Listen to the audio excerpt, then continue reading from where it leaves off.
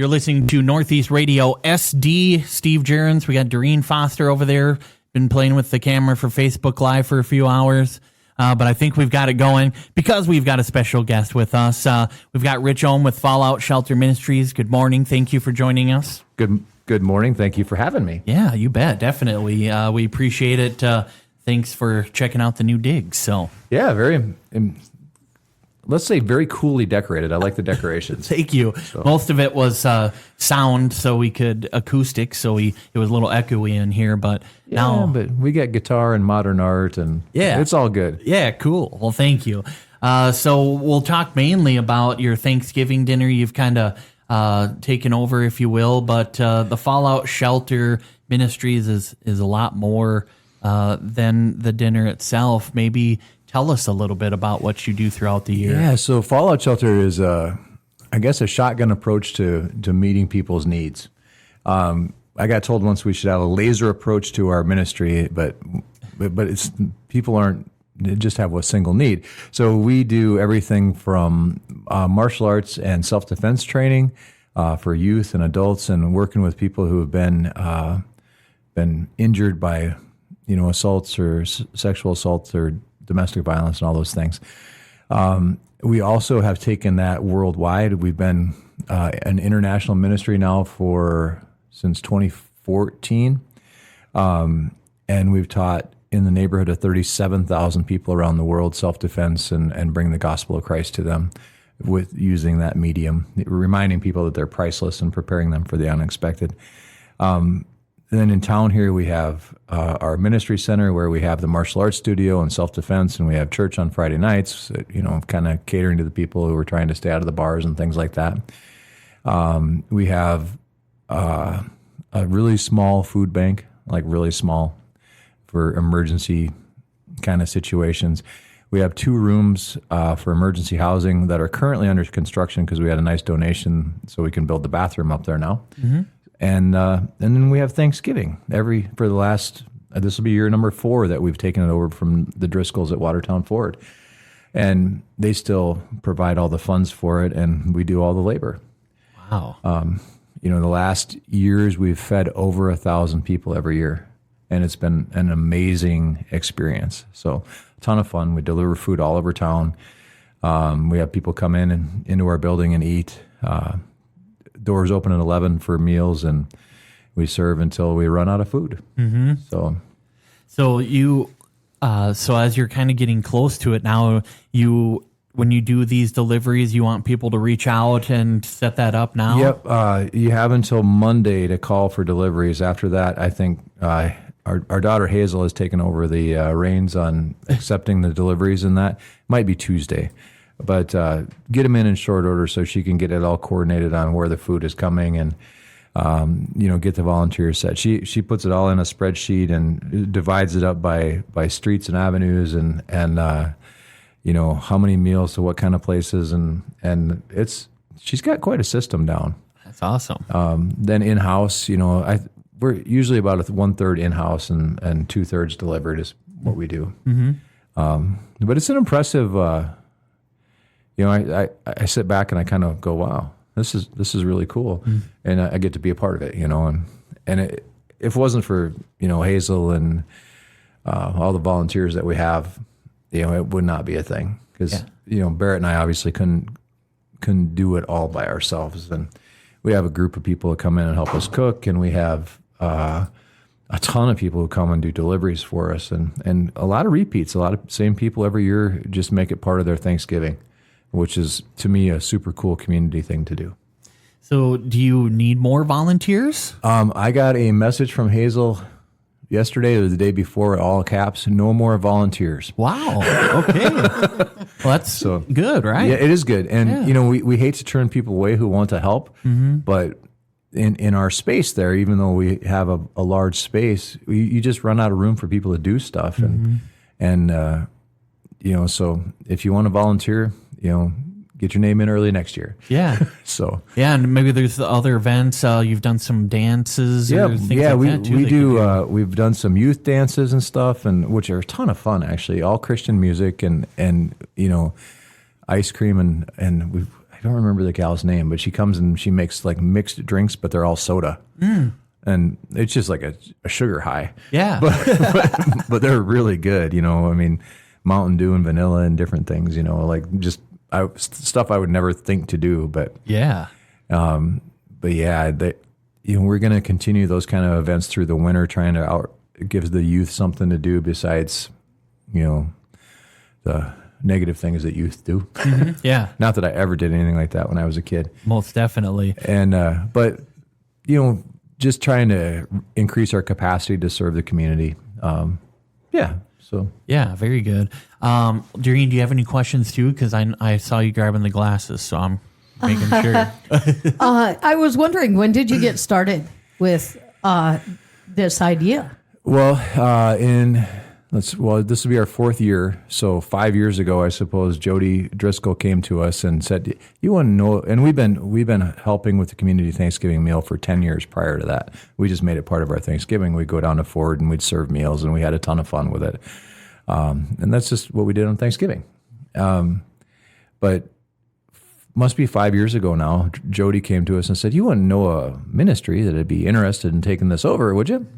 And we're like, you know, we talked about it for a little bit. I think it'd be a pretty cool thing to do. And so we 4 years ago, this will be our 4th event. We took it over, and they donated all their big stoves and that to the ministry, and we'll be cooking 40 turkeys Monday. So Wow. Right? Yeah. That's a lot. But yeah, there's a lot of turkeys. But we have the capacity to cook exactly 40 turkeys. So Very good. if we have to start cooking more turkeys than that, we're going to have to figure something else out. I don't know. And you said the doors open at 11 and people they just kind of show up. Yeah. You know, obviously it's first come, first serve as far as that goes. And we have the capacity to seat in the neighborhood of 80 to 90 in our building. But people come and go. So, you know, maybe don't plan on being there exactly at 11 or do, you know, whatever works. But you might have to wait for a seat, and we got places for that. So Sure. What's the address for that's folks? a good question. Yeah. So the address of Fallout Shelter Ministries is 10 2nd Street Southeast. It's kitty corner from Gather Coffee, or just north of Blue Peak, or a block south of County Fair. So There's some good landmarks. good landmarks for you. But yeah, it's a beautiful old 1916 Presbyterian church that's been used for a little bit of everything through the years, and we took it over 2 3/4 years ago, and we've been working on restoring the building and making it usable, because it was okay. It just needed a lot of love. And so it's not done, and you'll see some things in there when you come in that are that need work. So that's another thing. You know, if people want to come in and work as volunteer, and you know they like to get 20 feet up in the air and take plaster down, that'd be a really good guy to come in right now. Oh, yeah. we have that need. So what about the people that have a fear of heights and manual labor, and they would like to give cash? Can they donate to you? Absolutely. Actually, we have a big need right now. 3 weeks ago, somebody stole our ministry's car, and it was recovered Tuesday of this week, and it is just trashed. They were starting to gut it out and tear it apart, and they found it down in Sioux Falls. But yeah, it's. But if you want to support Fallout Shelter Ministries, obviously you can come in and see us. We'd love to see people and show them the building and talk about what we do. And we can take cash donations. We're a 501c3 nonprofit, so everything you donate to us can be a tax write-off for you if that's a need. Otherwise, supporting what we do, you know, working with youth, working with survivors of human trafficking, domestic violence, human trafficking. I said that twice, sorry. You know, we do a lot of transportation work. We haul people all over the country, whether they're homeless or just got out of jail, or you know, victims of some crime. You know, we've hauled people as far as southern Arizona, St. Louis, Missouri, out into Utah and Colorado, and you know, getting people back home in a safe way. You know, where they might not have the capacity to travel because they don't have access to IDs or whatever. So we do a lot of that work. But yeah, absolutely. We survive. Our ministry survives based off the goodwill of other people who want to support what we do. And to be fair, my wife and I, we've been running this since 2016, and I've been full-time in the ministry since 2020. We've never been able to take a paycheck out of it. So Oh, wow. So I've been working for free for 5-6 years now. So social media, you have a way for people to contact you there as well, right? we do Fallout Shelter Ministries on Facebook and Instagram, and our website is falloutshelterministries.com. And there's also a link to donate on there, new one for the car. But you can support our local outreach or international outreach or the building fund, or you can designate where your funds want to go. And if you stop in and see us, you can see the different things. And you do lives too on there sometimes with the sermons that you'll do and different things like that as well. Yeah, right? I haven't been as good about that. We opened the doors of our church the third week of January last year, and we do Friday night services. I have started recording them, but I haven't started publishing them on social media too much. Usually what I do is send them to the people who normally come who missed. Okay. But we're thinking about put a spot on our website for them. Sure. So people can listen to the sermons. But sometimes I'm a little gun shy about being on Facebook Live. Well, Sorry. maybe come check it out, and then if you enjoy it, then if for some reason you can't make it, we can reach out to you. Yeah, we always put them on there, and eventually I'll figure out a way just to put the recordings up, like a blog on our, because I do have a blog on our website that we talk about the ministry, but talk about a variety of things, and I try to get one up once a month or every other month. But if Miss Larson would have, my English teacher from high school in Redfield, would have known that I'm writing and speaking for a living, she's probably turning over in her grave. I don't know. I think she maybe saw it in me that I could do it, but as a student, I was not a good student, and you would have never thought that I would be writing for a living. So well, and you know what, that stuff gets channeled through you sometimes. So for sure, it just kind of flows out of you, and you don't maybe even have any control. So I think it's you got control to stop it, but if you listen and are guided by God, by the Spirit, man, that's the best stuff. Everybody's like, where do these sermons come from? Like, man, not me. Yeah, it must have worked then, obviously. Must work. Yeah, very good. Well, Rich, we appreciate you coming in with Fallout Shelter Ministries. Encourage people to check it out. And if you need anything on Thanksgiving, to stop in there too. But I appreciate everything you do, because I know you do deal with a lot of folks that are in a time in their life that's complicated and complex. Yeah, it's and a good way to say it. Yeah. Yeah. We don't turn anybody away. If we can help, we'll help.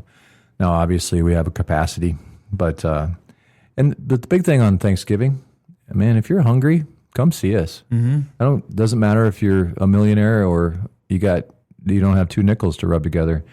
We're happy to have you come and sit and talk to people and just enjoy a kind of a fun community day. Yeah. We've helped out before with the Snow Queen at the Watertown Ford, and it was kind of amazing watching just everything click and all the people and a lot of different smiles, and it's an experience for sure. I think the Snow Queen are coming in again this year, because they've helped us the last several years as well. Okay. They're our greeters, and I mean, they're just lovely, lovely young ladies, big smiles and happy to see you, and just it's pretty cool to have those nice, friendly, beautiful young ladies there greeting people. So Absolutely. Well, if they're not there, Rich will greet you as well. So, go in there. Not a lot of beauty there, but I will smile at you. So. Yeah. A smile and a good handshake. Go say hi to Fallout Shelter Ministries. They do great work. And Rich, thanks for coming in. We appreciate you stopping in. Thanks for having me, Steve. I really appreciate it. You bet.